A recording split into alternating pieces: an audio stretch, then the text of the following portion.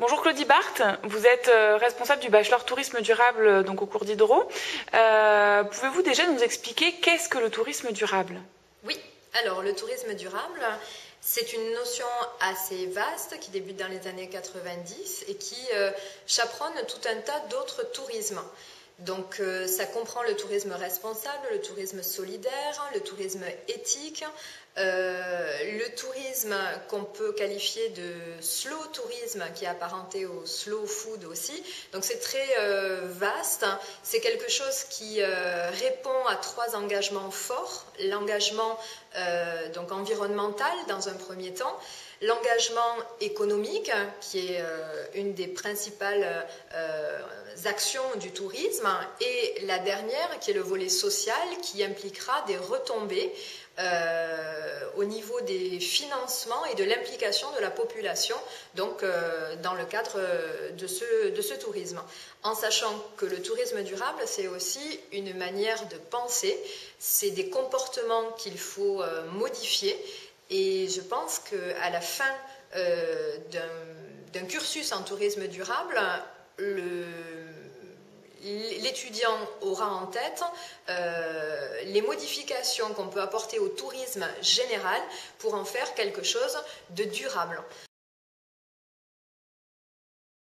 Alors les étudiants qui peuvent intégrer cette formation sont des étudiants qui ont tous les profils à partir du moment où ils ont un bac+2.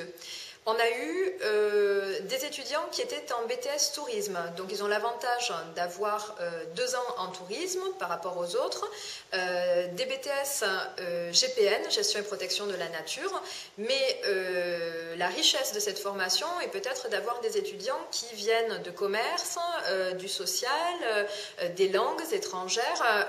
Voilà, j'estime moi que pour qu'une formation ressemble à quelque chose de pluriel et que les étudiants s'apportent mutuellement, bien il faut des profils variés. Voilà. De toute façon, l'enseignement du tourisme de manière générale est enseigné dans les débuts de la formation.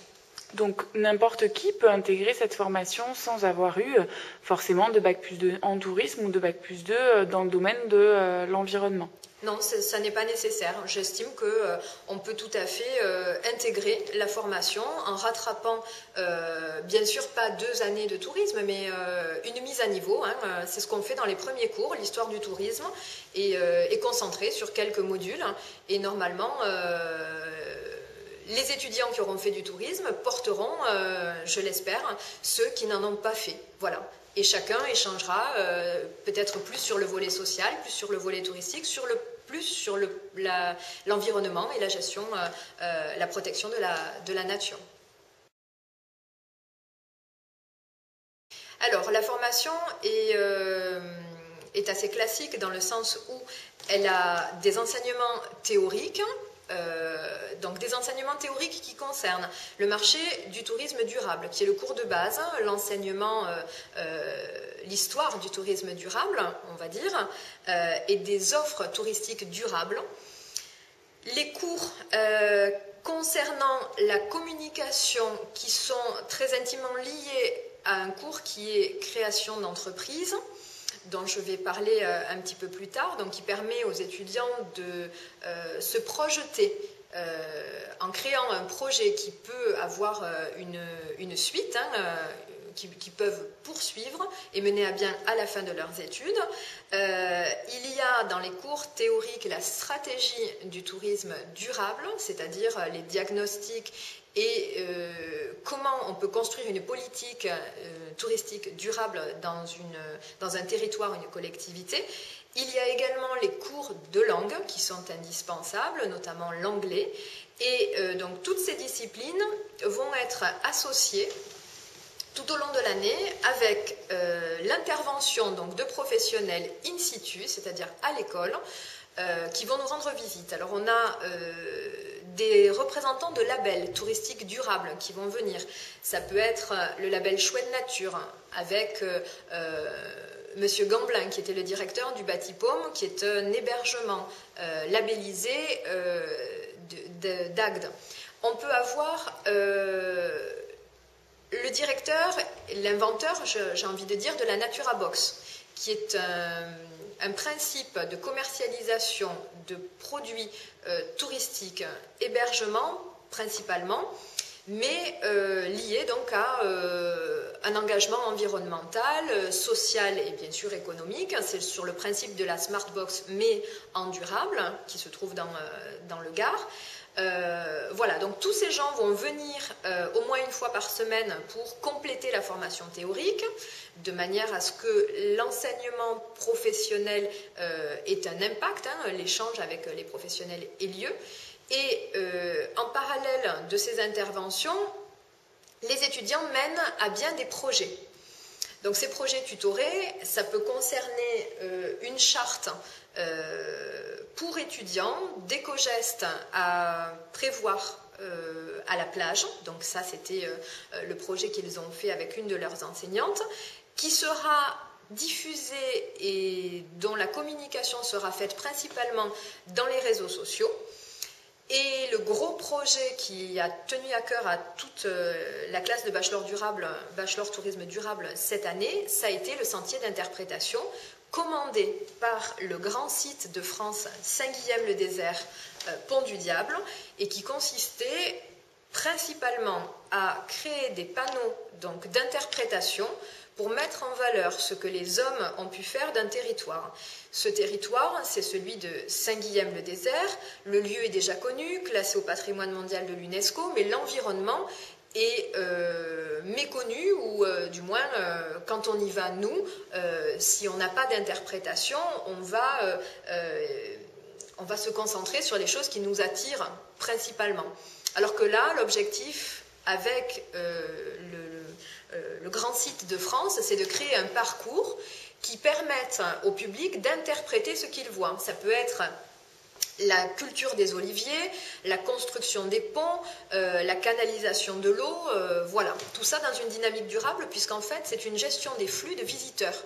Pour les sites qui sont très fréquentés, comme Saint-Guilhem-le-Désert, un circuit et un sentier d'interprétation, ça permet de fluidifier et de désengorger le village, par exemple. Donc les étudiants ont fait ça, et je pense qu'ils seront très fiers de le voir cet été mis en place, puisque effectivement leur projet a été validé, voilà, par la communauté d'agglomération de Saint-Guilhem-le-Désert. Le dernier volet, c'est probablement le plus attractif, puisque ça permet à l'équipe, au corps enseignant, et à l'équipe, j'appelle la classe équipe, puisque c'est ce que je leur demande tout au long de l'année, de se familiariser avec les professionnels, mais cette fois-ci in situ. C'est-à-dire que tous les cours théoriques qu'ils auront eus au sein de l'école, ils vont pouvoir voir à quoi ressemble véritablement un diagnostic de territoire, les animations proposées par les acteurs du tourisme durable, tous les équipements qu'ils peuvent mettre aux normes durables dans le cadre de sorties. Donc ces sorties, ce sont des journées, donc un lundi sur deux, qui sont consacrées à la découverte, bien sûr locale, on ne peut pas aller très loin, quoiqu'on on a pu aller jusqu'au parc national des Cévennes. Donc on rencontre les acteurs, quelquefois des parcs nationaux, des parcs régionaux, donc naturels régionaux. On peut aller dans des structures privées qui sont gérées par des associations, comme dans les marais du Viguera, où à la fois il y a une gestion économique, sociale et évidemment environnementale qui est très représentative de ce qu'est le tourisme durable. Et le matin, on a une rencontre avec la direction, un PowerPoint qui est projeté sur la genèse du lieu et du projet touristique durable. Et très souvent, l'après-midi, on part à la découverte soit des sentiers, soit des animations, soit des équipements. Et là, les étudiants ont un discours direct et un échange avec donc tous les acteurs impliqués dans cette démarche touristique durable. Alors, ce que les étudiants affectionnent le plus, à mon sens, de ce que j'ai pu voir et entendre, c'est l'aspect professionnel. En fait, on a un contact direct avec les acteurs du tourisme durable, on a des sorties terrain qui sont indispensables, et tout au long de l'année, le rapport que je peux avoir avec mes étudiants et que j'attends qu'ils aient avec leurs autres enseignants, c'est quelque chose qui est de l'ordre du professionnel, c'est-à-dire que je souhaite avoir face à moi une équipe. Je souhaite que la classe soit solidaire, qu'elle mène des projets ensemble, de toute façon c'est ce qu'il attend une fois qu'elle sera sortie de l'école, et qu'elle se prépare à travailler simultanément avec des forces et des compétences quelquefois différentes en fonction des étudiants. J'avais déjà parlé de leur différence de profil, qui pour moi est une force. Donc chacun va apporter un petit peu sa pierre à l'édifice. Et la force de cette formation, à mon avis, c'est le bon esprit, la bonne entente et l'aspect professionnel qu'on peut en retenir et le côté concret. Voilà. Alors, le stage, c'est quelque chose qui est fondamental. Les étudiants auront passé 6 mois de leur année théorique à essayer de comprendre comment on met en place un projet touristique durable. Chacun, en fonction de ses, on va dire, goûts, pourra mettre en place ce qu'on appelle un diagnostic de territoire, pourra éventuellement faire de l'animation ou de la conception de circuits touristiques durables. En fait, le stage va permettre à l'étudiant de trouver une entreprise qui correspond exactement à ce qu'il a envie d'approfondir du tourisme durable. Les étudiants peuvent se diriger en fonction de leur goût sur des entreprises qui vont être publiques, des entreprises privées, plutôt des parcs naturels et régionaux, des parcs nationaux, des associations, c'est très variable, ils peuvent rester en France tout comme partir à l'étranger, se servir de ce que leurs prédécesseurs ont déjà fait pour essayer de voir quel genre de mission on leur a confié. Et ce que je souhaite avant tout, puisque le stage c'est un petit peu le débouché et la clôture du diplôme, c'est que les étudiants aient une mission et un projet lorsqu'ils partent dans leur stage. J'entends par là qu'on ne part pas 5 mois en stage pour observer, on part 5 mois en stage pour observer 1-2 semaines, 3 maximum, et ensuite on passe à l'offensive. J'entends par offensive, on développe un projet qui tient à cœur à l'entreprise, ou c'est une proposition, on peut être force de proposition quand on fait un stage, et c'est ce qui fera toute la différence avec un stage un peu passif, qui peut quelquefois déboucher sur quelque chose de concret, peut-être un emploi, peut-être un produit qui va voir le jour, peut-être un partenariat, qui sait. Et parmi les stages qui sont les plus intéressants à mon sens, je peux citer donc une étudiante qui est partie au Canada, en Gaspésie, et qui essaie en ce moment de mettre en place un réseau entre les acteurs du tourisme durable, hébergement, activités, en créant des petits week-ends écolos, échanges, donc un peu boîte à outils, qu'est-ce qu'on peut proposer en étant tous unis dans cette dynamique de tourisme durable au sein d'une auberge de jeunesse qui est plutôt festive à l'origine, mais qui tend vers quelque chose de fédérateur en termes de tourisme durable. Ensuite, un autre stage que je trouve particulièrement intéressant, c'est un stage qui s'intéresse à la gastronomie. Alors, tourisme durable et gastronomie, c'est pas antinomique, au contraire, parce que de plus en plus, on valorise les circuits courts, donc du producteur au consommateur. En Italie, ça fait bien longtemps que ça existe. En fait, les marchés du slow food mettent en valeur les productions locales et suite à des manifestations, quelquefois nocturnes ou diurnes, ça dépend, eh bien, tous les habitants d'un village peuvent déguster les produits locaux tout en faisant vivre le village. Donc c'est quelque chose qui est en train de se développer en France, ça s'appelle le slow food, le slow tourisme. On a un étudiant qui va faire son stage donc, dans ce domaine. Il y a des stages donc, chez une étudiante qui est au Togo aussi, qui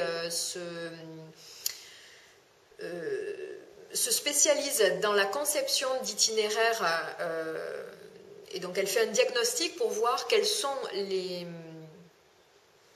les ressources que possède une partie évidemment du Togo pour créer un produit touristique durable, faire venir donc des touristes et que ces produits aient des retombées pour les habitants de Kalimpé, c'est là où elle est. Alors après un bachelor tourisme durable, il y a plusieurs débouchés. Déjà, il y a le stage. L'orientation du stage peut permettre à l'étudiant, s'il choisit son entreprise et ses compétences et son projet de manière pertinente, à peut-être recevoir de l'entreprise une proposition d'embauche. Je pense que c'est toujours comme ça que ça a fonctionné, et quand on fait ses preuves, on est capable d'embrayer sur quelque chose de concret. Ne serait-ce que par un petit contrat au début, et puis ensuite quelque chose sur du long terme. Donc le stage peut aider. Ensuite, il y a plusieurs possibilités. On peut travailler dans une collectivité en fonction de la politique touristique de la collectivité. Tout le monde ne fait pas du tourisme durable, mais tend à faire du tourisme durable. Dans quelque temps, le tourisme s'appellera tourisme durable, ou alors on parlera de tourisme, mais il sera durable de fait. Donc la politique de la collectivité ou territoriale, qu'elle soit d'un syndicat mixte, d'une région, d'un département, à partir du moment où on pense durable, il y a des postes qui sont nécessaires, et tous nos étudiants seront formés à être ces futurs chargés de missions en tourisme durable. Donc ça, c'est la partie, on va dire, collectivité. La partie privée, ça peut être l'auto-entreprise. Alors, on a mis en place un cours de création d'entreprise qui vise à faire créer à un étudiant ou une étudiante un projet de tourisme durable. Alors, ce projet de tourisme durable, il peut se faire en lien avec la communication, puisque pas de projet sans communication, ça paraît assez évident. Je peux donner des exemples spécifiques. À Montpellier, certains étudiants ont réfléchi à la création d'une auberge de jeunesse avec des équipements en tourisme durable. C'est quelque chose qui peut tout à fait être mis en place à la fin de l'année. Ça pouvait être aussi un projet que j'avais trouvé sympa, qui est une entreprise intéressante, c'est-à-dire la création d'un restaurant où il y ait un potager qui soit donc à la disposition du consommateur. Le consommateur choisit ses fruits, ses légumes qu'il a envie de voir dans son assiette. C'est du circuit court, et ils sont cuisinés devant lui, il les consomme, voilà, il repart satisfait, il sait ce qu'il a mangé, ce qu'il a eu dans son assiette. Donc voilà, ça c'est le type de projet que la création d'entreprise peut proposer. C'est vraiment très varié, ou la réhabilitation d'un lieu pour en faire quelque chose de durable, la préservation du patrimoine et à la fois la transmission de valeurs environnementales. Donc cette créa d'entreprise, elle est l'opportunité pour l'étudiant qui vient au cours d'Isero en bachelor tourisme durable, de voir son projet se réaliser si à la fin il décide d'être en auto-entreprise. Alors l'auto-entreprise, ça implique aussi qu'on puisse être consultant en tourisme durable. Ça peut être consultant en tourisme tout court, mais comme la formation c'est la spécialisation durable, c'est une valeur ajoutée. C'est-à-dire que ces étudiants qui se lanceraient dans le consulting pourraient être ce qu'on appelle des formateurs pour des collectivités, des personnes qui font donc des diagnostics territoriaux de tourisme durable à partir des ressources déjà existantes, et ils pourraient proposer donc un projet viable de tourisme durable impliquant à la fois les habitants, l'économie et le pilier environnemental. Et la dernière chose que l'on peut proposer aux étudiants à la fin de cette troisième année, de ce bachelor tourisme durable, ça sera l'opportunité d'approfondir ses connaissances à l'université en faisant un master. Voilà, je pense qu'ils partiront avec de bonnes bases, qui seront complètement autonomes vis-à-vis de certaines compétences, stratégie touristique, marché du tourisme durable, et en partie de la pratique, puisqu'on aura fait des sorties terrain. Et donc, ils pourront approfondir avec peut-être un autre stage ailleurs. Voilà.